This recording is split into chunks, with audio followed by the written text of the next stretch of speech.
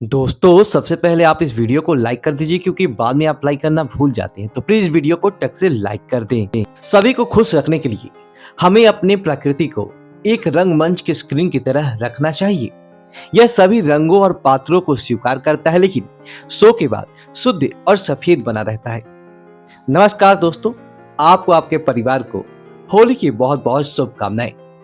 आज के इस विशेष कार्यक्रम में बात करेंगे कि होली की रात चुपचाप लाएं ये 7 चीजें और ये 7 पाए बड़े से बड़े संकट को दूर कर देगा। मेरे साथियों, होली खेलने से एक दिन पहले होली का दहन किया जाता है। यह दिन प्रलय पर अच्छाई के दिन के रूप में मनाया जाता है।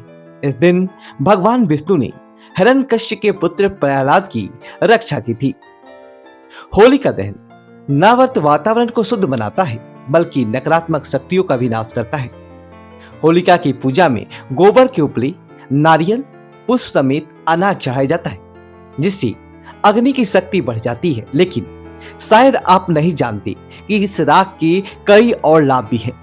होलिका दहन की रात से आपको कष्टों से कैसे दूर किया जाए, इसे आपको नोट कर लीजिए। होलिका दहन के दूसरे दिन सुबह सुबह जाकर होलिका की राख घर ले आए। इसमें नमक और राई मिलाकर रख ले। जब भी घर में किसी को नजर या बाहर हो तो उसके सिर से 7 बार यह राख वार कर बाहर की तरफ फेंक दीजिए। दूसरा, अगर आपकी कुंडली में राहु, केतु और शनि बुरी तरह आपको प्रभावित कर रहा है, यानी राहु केतु की दशा या फिर शनि की दशा 7.5 ढैया आपके काम को बिगाड़ रही है, तो होलिका की राख यानी होलिका दहन की राख भी अर्पित करिए। इस राख को नहाने के पानी में थोड़ा सा मिलाकर स्नान करने से 9 ग्रह की और स्पेशली 3 ग्रहों की पीड़ा शांत होती है। तीसरा, परिवार में कोई भी व्यक्ति लंबे समय से मानसिक और शारीरिक रूप से बीमार है तो होली के अगले दिन होलिका की राख लाकर उस बीमार व्यक्ति के माथे पर तिलक लगाएं। ऐसा आप 21 दिन करें और जब आप तिलक लगाएं या फिर वह खुद लगाएं या फिर परिवार का कोई और सदस्य लगाए, 21 सेकेंड तक उसको ऐसे वैसे आपको रखना है। इससे व्यक्ति की चेतना जागृत होगी और वह जल्दी स्वस्थ हो जाएगा। चौथा प्रयोग, होलिका जलने के अगले दिन सुबह सुबह होलिका की राख 7 चुटकी भर के घर ले आए।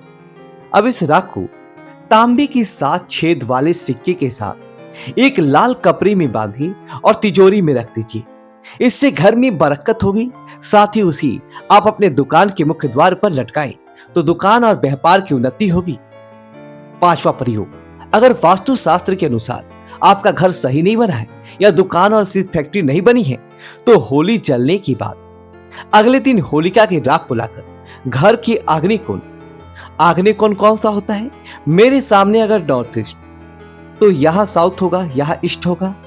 तो जो साउथ और ईस्ट का जो कोना है उसे हम कहते हैं आग्नेय कोण, क्योंकि आग्नेय कोण का संबंध अग्नि तत्व से है। घर से नेगेटिविटी दूर होगी। ऐसा करने से आपके बिजनेस में लाभ ही लाभ होगा। 6वां प्रयोग, छोटे बच्चों को बुरी नजर से दूर रखने के लिए होलिका दहन की राख को चांदी के ताजीब या कपड़े में बांधकर गले में या हाथ पे पहनना चाहिए। 7वां प्रयोग, होलिका दहन के भस्मों को बहुत ही शुभ माना जाता है।